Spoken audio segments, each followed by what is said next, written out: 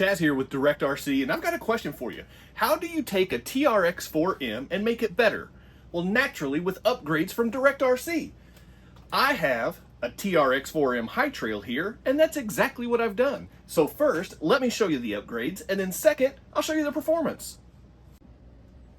Let's start at the front of the truck with the Torq MLS 1026 servo. This is the first servo specifically designed for the Traxxas TRX4M.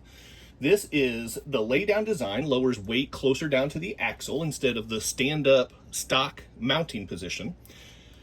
It comes with the metal servo horn and the drag bar because this position will not link up to the stock steering link, and there's no servo mount necessary.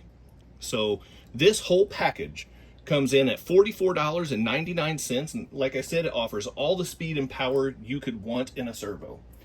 Next up is the Furitek Micro Silk Brushless Power System.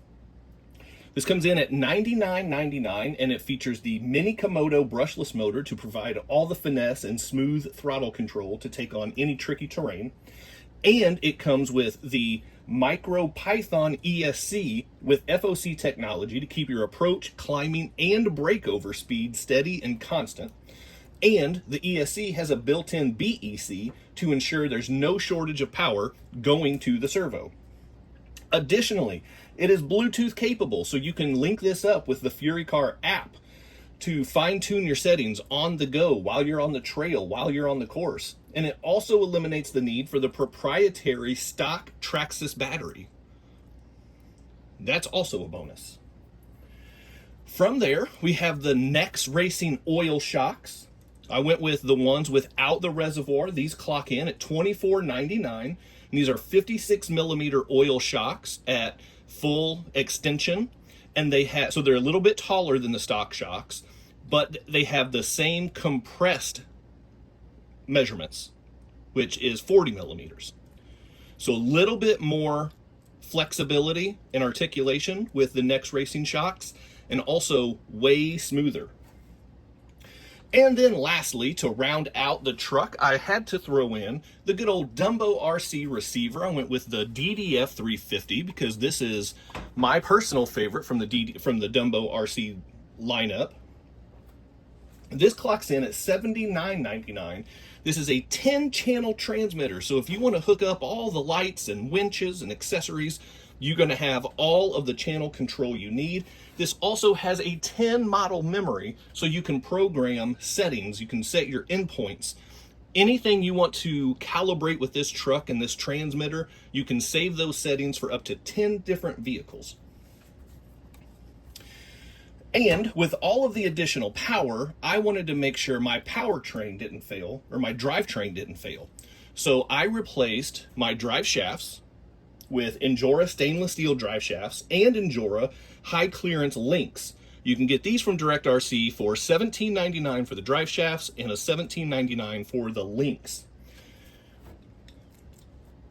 And that also helps cure this situation with the higher powered Torq servo.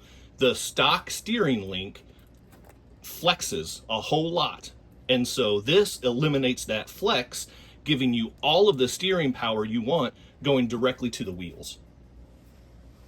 So that is the overview of my truck with the upgrades from Direct RC. Now let's get a couple obstacles and let me show you how quality the performance is with this setup. So first up, we will run the Wave to show some articulation and slow crawl and display this FOC technology a little bit with this Furitek ESC. And you can see I'm holding a steady speed on the throttle, and the truck is adjusting automatically to the terrain, applying power and reducing power as needed, so it doesn't hit an apex and lurch and roll and lose control. And the DDF-350 is showing me all of the stats that I want to see with my throttle input, my steering input, as I'm using it.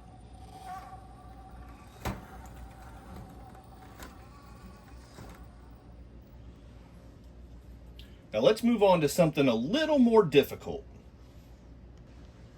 The Wave is available from DirectRC for $47.99, but let's move on to something with a little more technical difficulty. The Frame Bender NXT. This is going to test more extreme flex and put the FOC really on display as it maneuvers more extreme terrain. So let's see how this setup can handle these obstacles. Want to come in nice and smooth and just show off that low end speed control.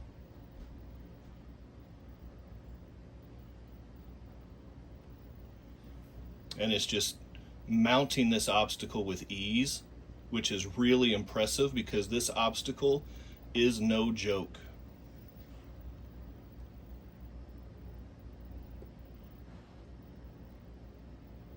And I came at it a little bit crooked, and it's handling this line with no issues up over this peak right here on this little dagger looking obstacle. My finger slipped on the throttle, so it got a little jerky. That is not from the FOC or the ESC. That is my trigger finger getting a little crazy. And it handled this obstacle like a champion. Let's try it in reverse.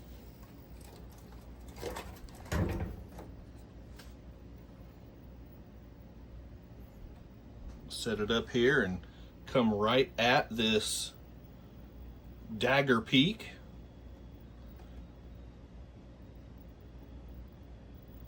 I am still running stock wheels and tires.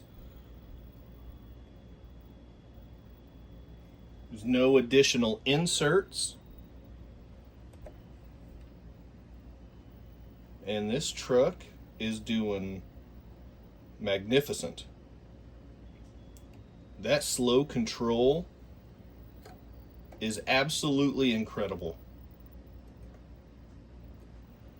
The truck is not shifting weight, rocking around all over the place. It is keeping a steady line and allowing me to stay right where I want to be on the obstacle. And that is a really impressive setup.